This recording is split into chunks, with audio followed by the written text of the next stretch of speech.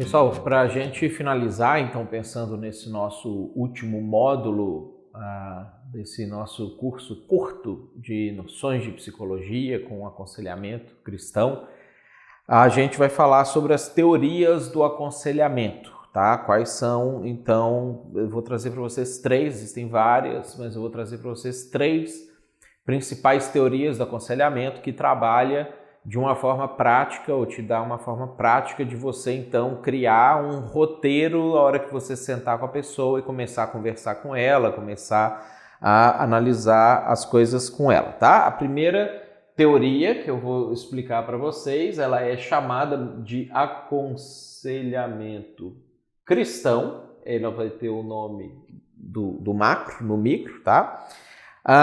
Ela tem como característica, vamos pensar assim nas características dela, e ela é mais completa, as outras eu vou trazer para vocês poderem, dependendo da situação específica, ter uma outra ferramenta para poder usar nesse sentido também. Mas as características, o aconselhamento cristão ele é pessoal, tá? Então ele trabalha muito o respeito à individualidade, a ideia é que você precisa tentar entender o máximo que você conseguir as características pessoais da pessoa, você jamais deve julgar a pessoa pela sua medida ou pela sua régua. A gente naturalmente, como ser humano, tem mania de fazer isso, né? A gente gosta de analisar as pessoas e dar mais gravidade e mais peso, ou dar menos peso, tirar o peso das coisas com base naquilo que a gente faz ou deixa de fazer. Se, por exemplo, você é uma pessoa que é naturalmente uma pessoa ansiosa, quando você encontra com pessoas ansiosas, você tende a ser mais condescendente, relevar, deixar a pessoa ansiosa, mas vamos deixar, não sei o quê. Se você é uma pessoa controlada, uma pessoa que consegue racionalmente pensar em tudo e não se abalar muito com as coisas, quando você vê uma pessoa ansiosa, a sua tendência é menosprezar, falar como que essa pessoa não consegue se acalmar, não consegue se controlar. Então, quando a gente pensa no aconselhamento cristão, a sua principal característica é o respeito à individualidade. Você precisa entender que aquela pessoa tem uma história, tem uma razão de ser daquele jeito, ela teve uma educação, ela teve uma construção pessoal, uma construção moral, uma construção social que fez com que ela tivesse aquelas características. Ela tem uma personalidade que é diferente da sua. Então, jamais você vai sentar com a pessoa e analisar a pessoa com base em quem você é, ou o que você sente, ou como você enxerga o mundo. Você precisa se tornar um investigador, um descobridor e ter uma sensibilidade para mapear a pessoa e aplicar o aconselhamento ou a condução adequada à realidade daquela pessoa. Outra característica do aconselhamento cristão é que ele é biblicamente embasado, tá? Então você não faz aconselhamento cristão com pessoas que desprezam completamente a Bíblia, tá? Você precisa ter a pessoa ali tendo pelo menos um respeito pela Bíblia, porque as coisas que você vai conduzir a pessoa dentro dessa ação biblicamente. Então isso é uma diferença também, né, clássica entre o aconselhamento cristão e a psicologia propriamente dita. A psicologia ela vai lançar mão da ciência, vai lançar mão de algumas teorias, dependendo da linha que a psicologia vai adotar, mas a psicologia jamais vai orientar a pessoa a partir de um princípio cristão propriamente dito. O aconselhamento cristão não, ele já fala a partir de como a Bíblia diz a respeito das coisas. Então, às vezes é comum você estar com, sei lá, um problema de relacionamento ali com o seu marido, com a sua esposa, e aí você vai num psicólogo e é comum você escutar o psicólogo falar, não, você tem que se permitir, você tem que buscar sua felicidade, você tem que ser livre e coisas nesse sentido.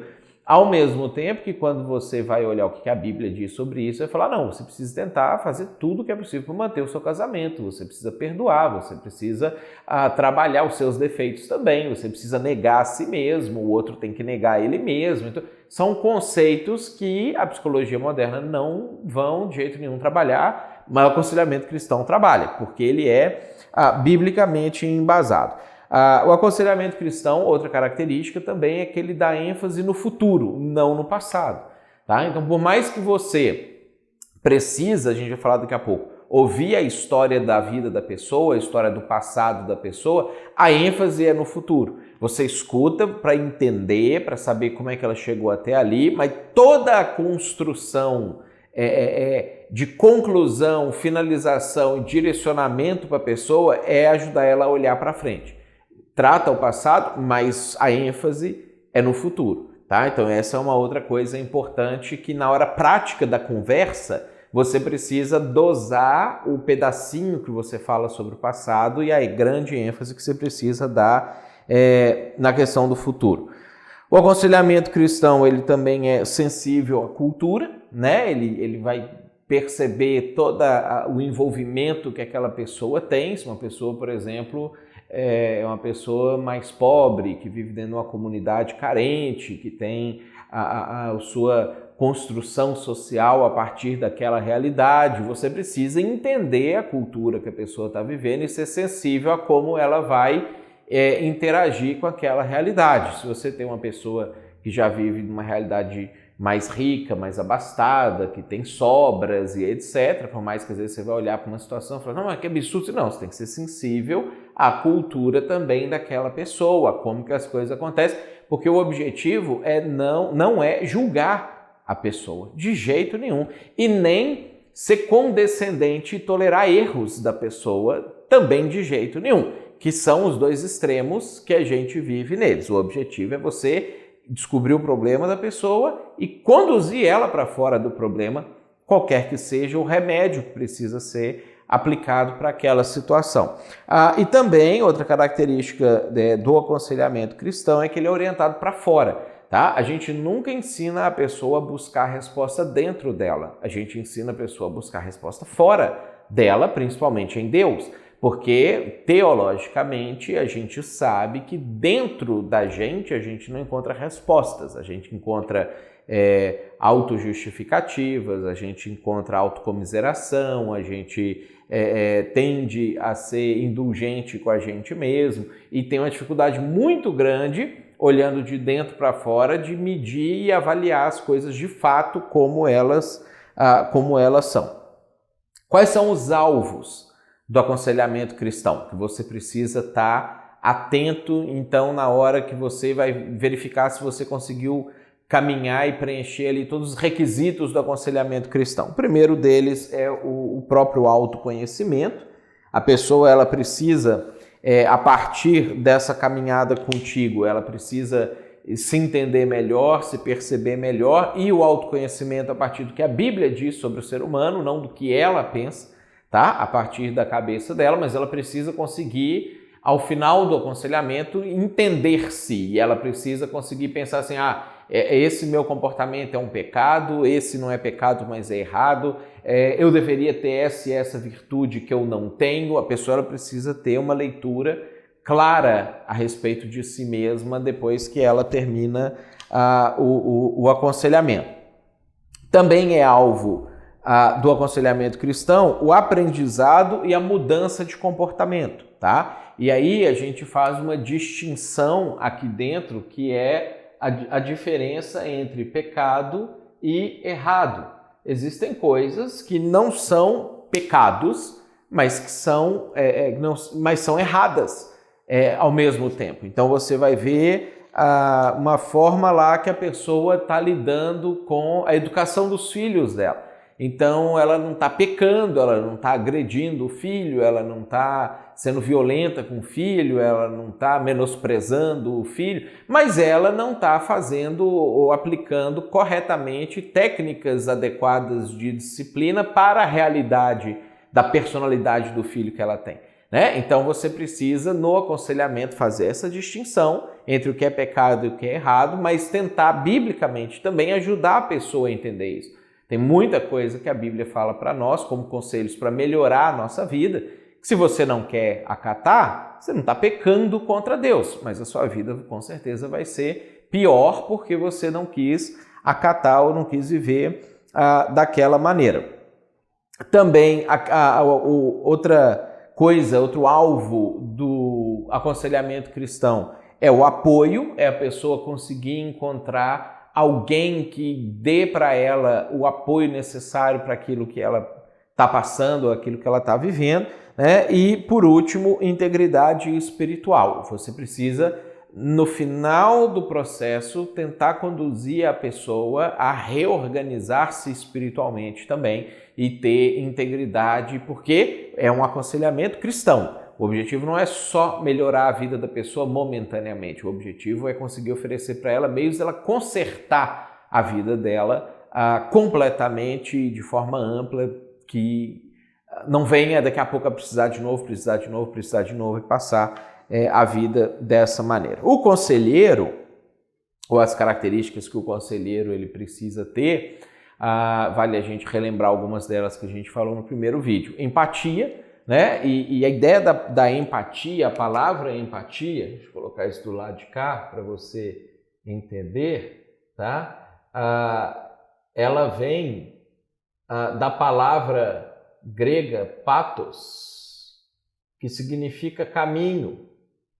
Então, a ideia de você ser empático com a pessoa é a ideia de você estar no caminho com a pessoa. É a ideia da pessoa sentir que na jornada que ela está, na fase da vida que ela está, ela consegue olhar para você e ter a sensação de que você está no mesmo caminho que ela.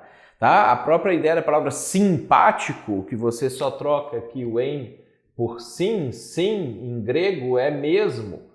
Essa é a ideia que a gente precisa, de alguma maneira, transmitir para a pessoa no momento do aconselhamento. Que você está no mesmo caminho. Ela tem que sentir isso de você. Então você, como conselheiro, vai, de alguma maneira, participar e deixar a pessoa sentir que você está participando da vida dela.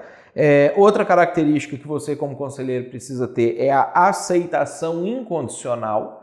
Então você não está ali como a chefe da pessoa. Se a pessoa ela de repente tem uma dificuldade de fazer alguma coisa que você pediu para ela fazer, você não vai reprová-la, demiti-la do aconselhamento, alguma coisa nesse sentido. Você precisa também se despojar de julgamentos para que a pessoa possa falar qualquer coisa que ela esteja fazendo, que ela esteja pensando, que ela esteja sentindo, sabendo com certeza absoluta que você jamais vai condená-la ou julgá-la por conta daquilo ali. Você também precisa ser sincero. Eu acho que essa é uma das grandes dificuldades que a gente tem no aconselhamento de pessoas, que é quando você está aconselhando, está caminhando com a pessoa e a pessoa está te contando as coisas da vida e de repente você encontra o problema. Você vê que o problema é um defeito X que a pessoa tem, mas você começa a pensar, puxa, eu acho que se eu falar isso para a pessoa, ela vai se magoar. Eu acho que ela vai ficar chateada comigo, ela não vai entender, ela vai de alguma maneira até querer se afastar do aconselhamento. Então, isso é uma coisa que você jamais pode fazer. Se você não conseguir ser sincero com a pessoa, se você começar a usar meias palavras, se você começar a esconder coisas para tentar manter a simpatia da pessoa por você, você está falhando como conselheiro, você está falhando no aconselhamento, você está falhando como pastor daquela pessoa, como cuidador daquela pessoa, porque o seu papel não é se esforçar para manter a amizade, custe o que custar. O seu papel é se esforçar para ajudar a pessoa, custe o que custar. Então você precisa entender que a sua função ali não é usar meias palavras ou até ser um pouco falso para manter o seu carisma junto com a pessoa. O seu papel é conduzir a pessoa para a solução, ainda que doa na pessoa determinadas situações, determinadas falas, determinadas apresentações que você vai fazer. E você precisa tomar bastante cuidado também com o seu olhar, com os gestos que você vai fazer, com a maneira como você vai conduzir a conversa, com formas de você não ser agressivo, não ser condescendente ao mesmo tempo, não demonstrar com o seu olhar ou com os seus gestos espantos, não ter movimentos bruscos e nada nesse sentido. Quando a gente está trabalhando no aconselhamento cristão, outra coisa importante da gente pensar é a escuta ao dito e ao não dito. Nem tudo o que a pessoa diz a respeito do que ela está passando é verdade, e nem tudo o que é verdade a pessoa vai dizer para você claramente. Então você precisa tentar entender assim, ok, a pessoa está me falando isso, isso e isso, mas sempre que eu toco nesse assunto, eu faço essas determinadas perguntas, ela não fala, ela esconde, ela esquiva, ela tem... Por que ela está fazendo isso? Então você precisa prestar atenção também às coisas que a pessoa não fala, às coisas que a pessoa ela se recusa a tratar claramente ou de forma transparente a respeito daquele assunto. Quais são as respostas que você precisa dar para a pessoa, tá? Então vamos pensar, deixa eu apagar aqui para a gente poder manter aqui um negócio no raio de visão bacana de vocês aí, tá? A primeira resposta que você precisa fazer é a condução. Você precisa conduzir a conversa. Como que você conduz no começo? Lembra, a gente falou num dos outros vídeos aí para trás, os módulos aí para trás, que você precisa falar o mínimo possível. Então, como que a condução ela precisa ser no primeiro momento? Perguntas.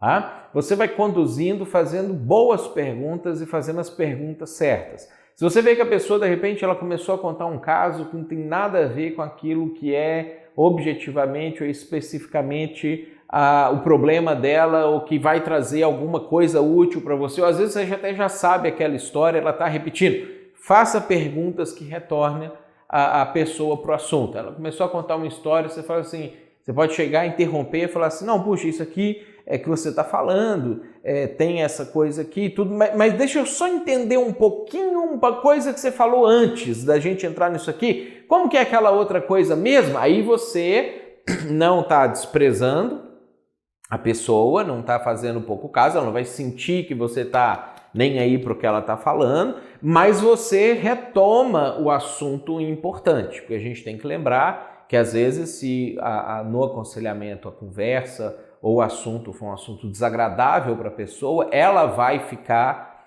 pensando e repensando se ela vai tocar naquele assunto, e uma das maneiras da pessoa enrolar é contando outros casos. Então, você precisa conduzir com as perguntas, fazendo as perguntas, não é você ficar falando o tempo inteiro, tá? Mas é você ficar perguntando. A segunda resposta que você precisa dar são os comentários.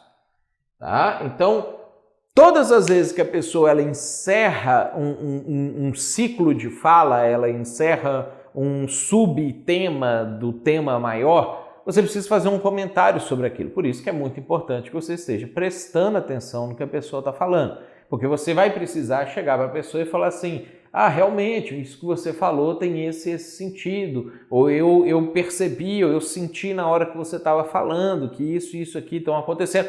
Você precisa comentar as coisas que a pessoa falou, porque isso reforça para a pessoa que ele está me acompanhando, está me entendendo, ele está realmente participando. Uma outra forma de você fazer essa coisa dos comentários e da condução é quando a pessoa terminar de falar alguma coisa, você perguntar para ela, tá, então você está querendo me dizer isso, isso e isso. Mesmo eu entendi certo, você confirma isso que eu entendi que você acabou de dizer, a pessoa vai, não, confirma, isso mesmo. E tudo mais. Então essa é uma forma positiva de você fazer os comentários também. A terceira coisa que você precisa fazer na condução da conversa, do aconselhamento, é o confronto.